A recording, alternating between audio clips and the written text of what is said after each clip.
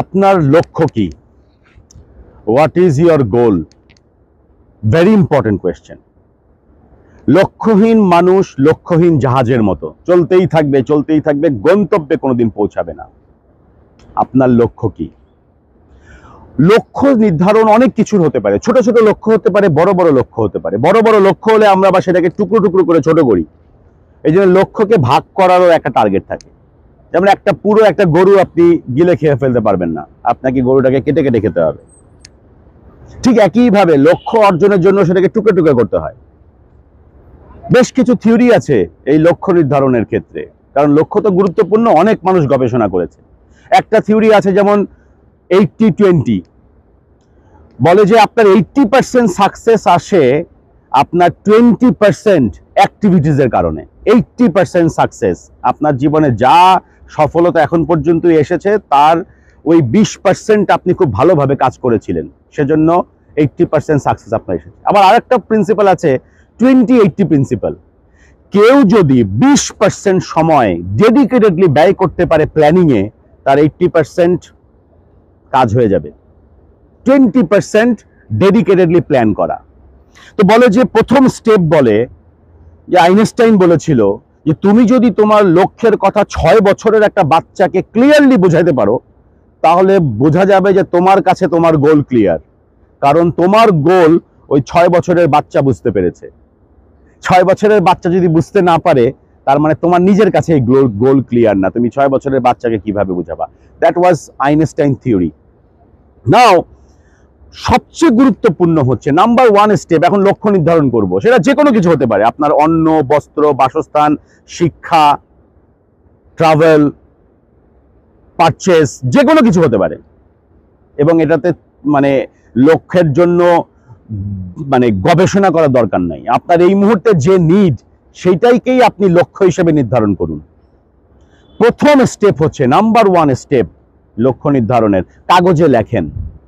কাগজে লিখতে পারবেন কিনা বলেন, স্পেসিফিক্যালি কাগজে লিখতে পারবেন কিনা? কি চান, কেন চান, কবের মধ্যে চান? কি চান, কেন চান, কবের ভেতরে চান? হোয়াট, ওয়াই অ্যান্ড ওয়েন হয়ে গেল। এরপরে দেখবেন পুরো দুনিয়া আপনাকে সাহায্য করবে কিভাবে সেটা আপনি পাবেন। এটার জন্য পুরো দুনিয়া আপনাকে উজাড় করে দিবে সাহায্য করার জন্য। মনে রাখবেন, মানুষ গল্প শুনতে চায় না।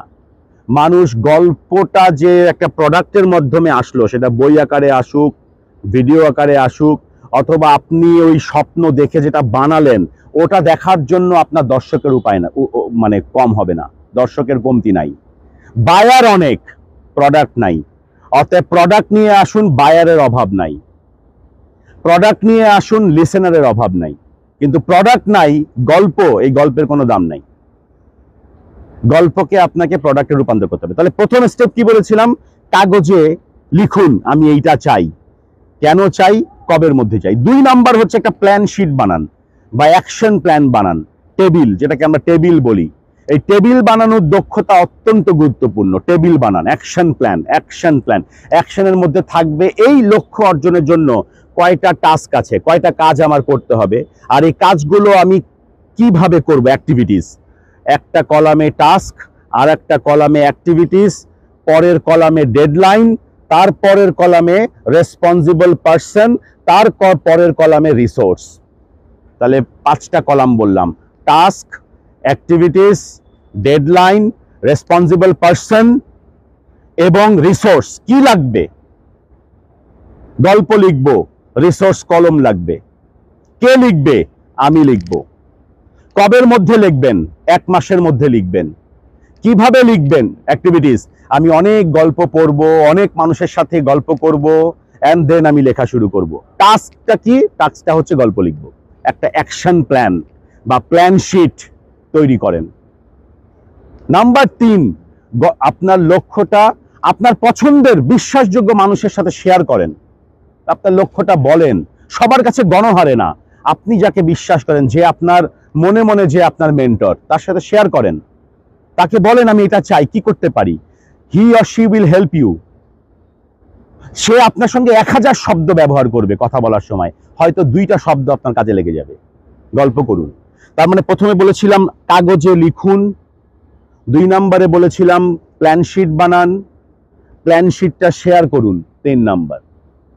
4 নাম্বার হচ্ছে ফোকাসে থাকুন, ওখান থেকে নড়বেন না, ফোকাসে থাকুন, ফোকাস ফোকাস ফোকাস ফোকাস থাকুন, ফোকাসে, মানে আননেসেসারি সময় নষ্ট করার কোনো দরকার নাই। সময়কে আমরা বার্ন করি, প্রচুর পরিমাণে পুড়িয়ে ফেলি আননেসেসারি ডিস্ট্রাকশনের মাধ্যমে। চিন্তা করুন, সোশ্যাল মিডিয়া আপনার লাগবে, আমি বলছি না সোশ্যাল মিডিয়া ডিলিট করেন, বাট সোশ্যাল মিডিয়ার জন্য একটা টাইম সেট করেন। আমার নিজেরও একটা টাইম সেট করা আছে, এর বাইরে সোশ্যাল মিডিয়ায় যাই না আমি। আপনি চাইলেও আমাকে নিতে পারবেন না, কিন্তু আমি সোশ্যাল মিডিয়ার বাইরে না, সোশ্যাল মিডিয়ার ভেতরে। আমি প্রচুর লিঙ্কডইনে কাজ করি, ফেসবুকে কাজ করি, ইউটিউবে দেখি, বাট একটা টাইম ফ্রেম নিয়ে। সো সময় ডিস্ট্রাক্ট করা যাবে না, ফোকাস থাকতে হবে, অ্যান্ড দেন লেগে থাকুন, যতক্ষণ পর্যন্ত অ্যাচিভ না হবে লেগে থাকুন। বেশি নাই, 5টা ধাপ করুন, কাগজে লিখুন, প্ল্যান শিট বানান, গল্প করুন, ফোকাস ঠিক রাখুন, লেগে থাকুন। বাট মনে রাখবেন, লক্ষ্যহীন মানুষ লক্ষ্যহীন জাহাজের মতো, দিন শেষে দেখবে চলছি তো চলছি, কোনো আউটপুট তো আসছে না। তো আপনার লক্ষ্য কি সেটা আপনি আপনার নিজেকে বলুন।